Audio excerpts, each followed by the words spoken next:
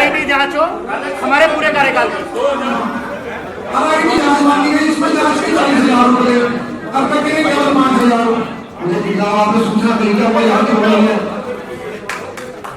Mirzabad board बैठक थी, क्या क्या प्रस्ताव पारित किए गए, क्या क्या निरस्त किए गए, किस चीज़ को विरोध था, क्या था? देखिए, आज का जो मुख्य प्रस्ताव था वो शहर के बजट का था, जिस कारण से लंबे समय से सारे विकास कार्य शहर के रुके हुए हैं और अपनी हठधर्मिता के चलते हुए खासतौर से विवेक चौधरी जी, धीरज पाल जी, राकेश गर्ग जी, ये लोग प्रमुख रूप से आज थे आगे और इन्होंने ही विषय सारा रखा और इन्होंने बजट फिर पुनः रोक दिया गया है। नगर निगम का बजट रोक दिया गया है। शहर के सारे विकास कार्य फिलहाल बाधित हो गए हैं। टैक्स को लेकर क्या कहेंगे? टैक्स को लेकर बात चल रही थी। टैक्स को लेकर के जो प्रस्ताव टैक्स बढ़ोतरी का था उस पर पूरे सदन ने सर्वसम्मति से ये प्रस्ताव रखा है महापौर द्वारा और समस्त पार्षदों द्वारा कि टैक्स वृद्धि रोकी जाए, टैक्स कम किया जाए, आम जनता पर बोझ कम पड़े। ये हम सब का प्रस्ताव है। सर, बताया जाए सर्किल रेट के हिसाब से शासन ने कोई ऐसा, लेकिन अब शासन से जो नियमावली बनी है, कोई नोटिफिकेशन हुआ है या गजट हुआ है, वो उसमें हम जो भी सुधार कर सकते हैं, आम जनता को जो भी नगर निगम की ओर से राहत दी जा सकती होगी, उसका पूरा प्रयास रहेगा कि हम देंगे उसको। क्या किसी निजी कंपनी को कूड़े का काम दिया जा रहा है? जो ऐसा कोई काम किसी निजी कंपनी को नहीं दिया जा रहा है और ये जो हमारे कर्मचारी हैं वही काम करेंगे, वही करते आए हैं, हमेशा वही करेंगे। ये गलत गुमराह करने का प्रयास है सब। बैठक में कई बिंदुओं पर बात की आपने, उसको लेकर क्या कहेंगे? टैक्स की बात की, कूड़े की बात की कि नगर निगम किसी दूसरे हाथों में ये चीज़ देना चाहता है, उसको लेकर क्या कहेंगे? देखिएगा, मेरा मानना यह है कि नगर निगम बोर्ड की जो बैठक आज हुई है, हमारा सबसे पहला प्रयास था कि इसे बहुत शांतिपूर्ण और बहुत सौहार्दपूर्ण तरीके से किया जाए। हमारा प्रयास रहा और वो प्रयास काफ़ी हद तक सफल भी रहा। सभी 40 पार्षदों ने इसमें सहयोग दिया।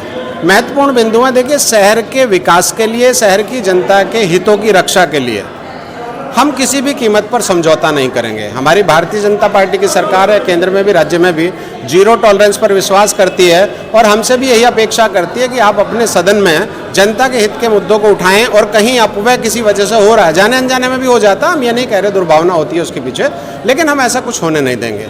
जिन प्रस्तावों में हमें सहमति दिखाई दी, शहर का विकास दिखाई दिया, शहर की जनता का भला दिखाई दिया, उनको हमने सर्वसम्मति से 1 सेकंड में पास किया। जिन बिंदुओं पर चर्चा की आवश्यकता थी उन पर चर्चा की गई और जो बिंदु कहीं ना कहीं दिख रहे थे कि इसमें घुमा फिरा करके किसी का व्यक्तिगत लाभ है, शहर का कोई लाभ नहीं है, राजस्व की इसमें हानि है, नगर निगम के पास में संसाधन बहुत कम है, तो उस प्रस्ताव को हम कैसे अनुमति दे सकते हैं साहब? हम शहर के जनता के साथ खिलवाड़ नहीं करेंगे, उनके हितों की रक्षा के लिए चुनकर आए। 2022-2023 के लिए बजट था, वित्तीय बजट जो बता रहे हैं आप जी, तो ये इसमें कितना लगभग लागत से कितना रुपए का बजट था जिसको आज यहाँ पे? देखिएगा, कुल मिलाकर के ये तकरीबन 41 करोड़ रुपए का अवशेष है और उसके बाद में जो हमारे पास में 15वीं योजना आती है, 14वीं पहले आती थी, वित्त की और अलग से ग्रांट आती हैं, उन सबको मिला करके बजट को गिराया नहीं गया है। महापौर जी या जो भी व्यक्ति कहता है वो गलत तरीके से प्रस्तुत करता है। बजट को गिराया नहीं गया, बजट का बंदर बांटना हो, क्योंकि पहली बार ऐसा हुआ है कि सदन से ऊपर यहाँ एग्जीक्यूशन ने काम किया है। मैं बता रहा हूँ, 2 पॉलिसी होती हैं। सदन में जो निर्वाचित सदस्य होते हैं वो लेजिस्लेचर का हिस्सा कहलाते हैं। सदन सर्वोपरि होता है। अकेले पार्षद की कैपेसिटी कुछ नहीं है, अकेला विवेक चौधरी कुछ नहीं, अकेले महापौर की भी पर्सनल कैपेसिटी कुछ नहीं है, लेकिन जब सदन में हम लोग 40 व्यक्ति बैठते हैं और जो वहाँ निर्णय लिया जाता है उस निर्णय से बाहर एग्जीक्यूशन नहीं जा सकता। हमारे यहाँ ऐसा किया गया क्योंकि निर्णय ये था कि साहब स्थगित किया गया, अति आवश्यक सेवाओं के लिए बजट पास है, उसके बावजूद सारे अननेसेसरी काम जिनकी बहुत ज़्यादा जरूरत अभी नहीं थी उन्हें पास किया गया। एक टैक्स का और बता दीजिए, टैक्स को लेकर आप लोग? टैक्स को लेकर के देखिएगा, टैक्स में जो प्रस्तावित है, हम लोगों ने पिछली बार भी इसके लिए कहा था, हरिद्वार नगर निगम है, बिल्कुल पड़ोस में है। हमने बार बार ये आग्रह किया कि उसका अध्ययन कर लिया जाए। हरिद्वार की और रुड़की की भौगोलिक और आर्थिक स्थिति एक जैसी हैं, तो इतना बोझ टैक्स का ना डाला जाए। हम सरकार से भी मांग करेंगे, वहाँ से भी रिलैक्सेशन का प्रयास करेंगे और जनता के हितों के लिए हम इतने बड़े टैक्स की अनुमति नहीं दे सकते। सर, मेरा लास्ट क्वेश्चन रहेगा कि कुछ पार्षद व कुछ लोगों ने उठाई थी आवाज़ की एसआईटी जांच को लेकर। जी, ये क्या? देखिएगा, एसआईटी जांच या किसी भी जांच का, भ्रष्टाचार के खिलाफ जांच का तो हर ईमानदार व्यक्ति हर पल स्वागत करेगा। हम तो हमेशा से इसी बात में विश्वास करते हैं, हर एक चीज़ की जांच हो जानी चाहिए।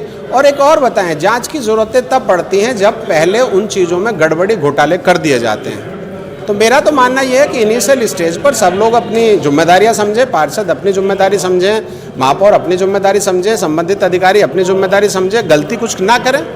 और SIT जांच का स्वागत बिल्कुल की जाए। आज कुल मिलाकर के 6 प्रस्ताव थे, जिनमें हम लोगों ने सर्वसम्मति से पास किया है। 2 या 3 प्रस्ताव को स्थगित किया गया है, उस पर विचार उपरांत। कब तक हो जाएगा सर? ये बोर्ड बैठक महापौर को बुलाने का अधिकार है, चाहे वो 10 दिन बाद बुला लें, हम 10 दिन बाद तैयार हैं बैठने के लिए। आज नगर निगम में बोर्ड बैठक का आयोजन हुआ। आयोजन में बहुत से विवाद हुए, बहुत से मुद्दे उठाए गए, बहुत से बिंदुओं पर बात हुई। हमारे साथ मौजूद है सचिन कश्यप जी, वो भी मौजूद थे वहाँ पर। पहले उनसे जान लेते हैं कि उनका क्या कहना है कि बोर्ड मीटिंग आज को लेकर क्या कहेंगे बोर्ड मीटिंग के लिए। धन्यवाद नितिन भाई। आप देख सकते हैं आज बोर्ड मीटिंग का आयोजन नगर निगम में किया गया था, और जो पिछली बोर्ड मीटिंग थी लगभग आज से 5 या 6 महीने पहले जो हुई थी, उसमें भी बहुमत के साथ विकास कार्य रोके गए थे। जब से लेके अब तक जितने भी टेंडरिंग का निर्माण का कार्य हो, हेल्थ का कार्य हो, चाहे स्ट्रीट लाइट संबंधित कार्य हो, सब रुक गए थे। क्योंकि अगर आप बजट ही गिरा दोगे तो नगर निगम में आगे के काम कैसे सुचारू हो पाएंगे, कैसे नई सड़कें बनेगी, कैसे वार्डों में नई लाइटें लगेगी, सभी कार्य रुक चुके हैं। और आप देख रहे हैं आज भी बोर्ड मीटिंग में समर्थन करके इन लोगों ने दोबारा यहाँ पे प्रस्ताव गिरा दिया है बजट का। और आगे जब बजट नहीं होगा, अब अगली मीटिंग कब होगी ये तो आगे समय ही बता पाएगा। और जब बजट ही नहीं होगा तो कैसे शहर का विकास कार्य होगा, कैसे विकास को की गति दी जाएगी। अभी ये सारे काम रुके हुए हैं, आगे बरसात सिर पर आ चुकी है।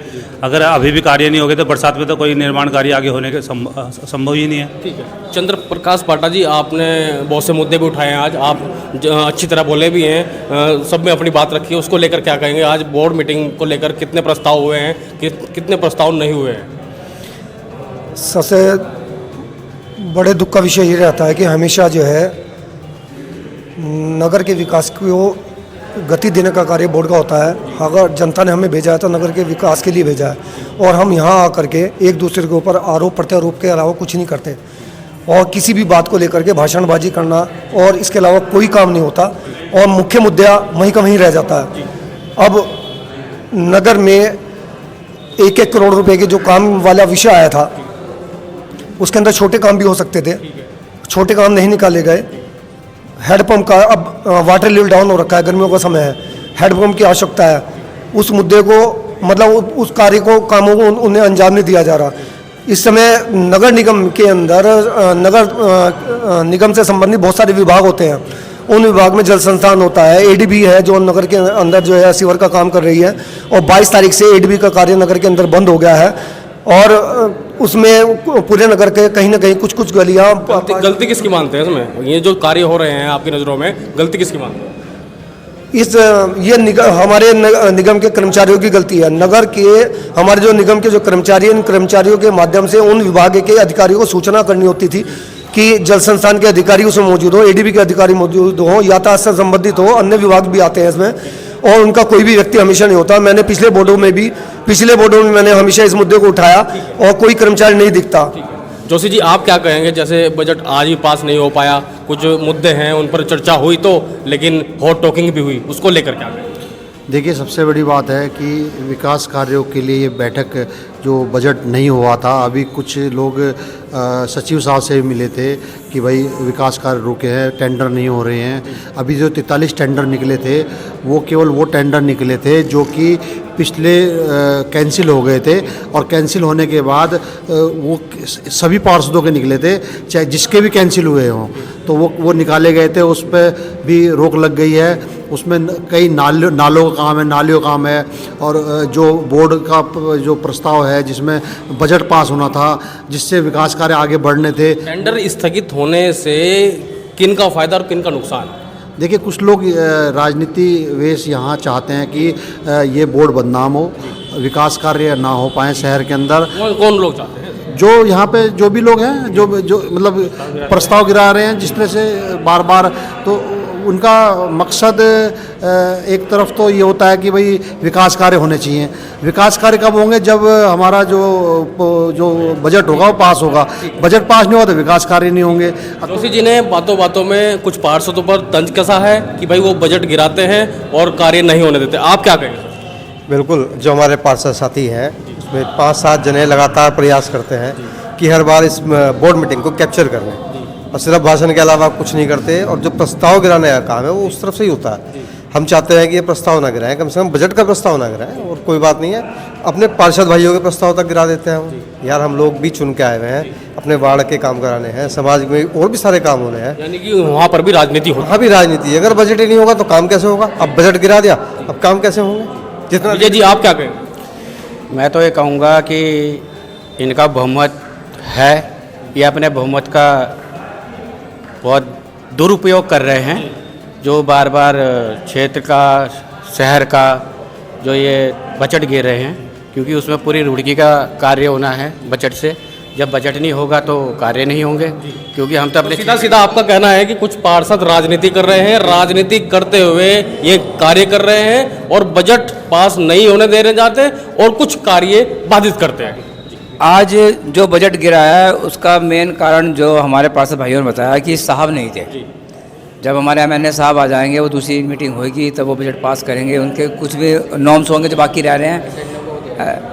आज एसएनए साहब को दे रखा था, लेकिन उन्हें इतनी नॉलेज नहीं है जितनी उन्हें चाहिए थी, तो इसलिए उन्होंने इस प्रस्ताव को गिराया है। और एक बहुत बड़ा मुद्दा था हमारे यहाँ हाउस टैक्स का, जिसकी मैंने उसके लिए उठाया भी था। पहले विधायक जी को भी एक लेटर दिया था, मैंने कहा आप इसे विधानसभा में उठाएं। अगर सर्किल रेट पे टैक्स लग गया, हाउस टैक्स, मैं ये कह रहा इतना टैक्स बैठ जाएगा कि लोग चिल्ला पड़ेंगे।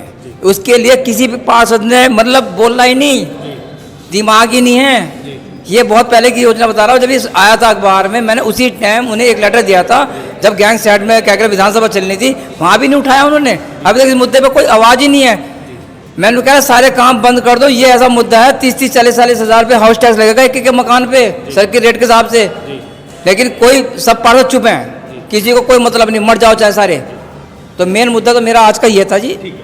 तो यहाँ पर अपने मुद्दे भी रखे गए और बोर्ड बैठक सुचारू रूप से चली तो सही, लेकिन बीच बीच में हॉट टॉकिंग भी हुई और मुद्दों पर भी बात हुई, लेकिन आज भी बजट पास नहीं हो पाया। कुछ जो कार्य हैं वो भी नहीं हो पाए। तो चलिए अगली बैठक में देखते हैं होता है क्या ऐसे ही बोर्ड बैठक चलती रहेगी, क्या ऐसे ही हंगामों के कारण जो कार्य हैं उन विरोध होते रहेंगे। नितिन कुमार रुड़की, हब से।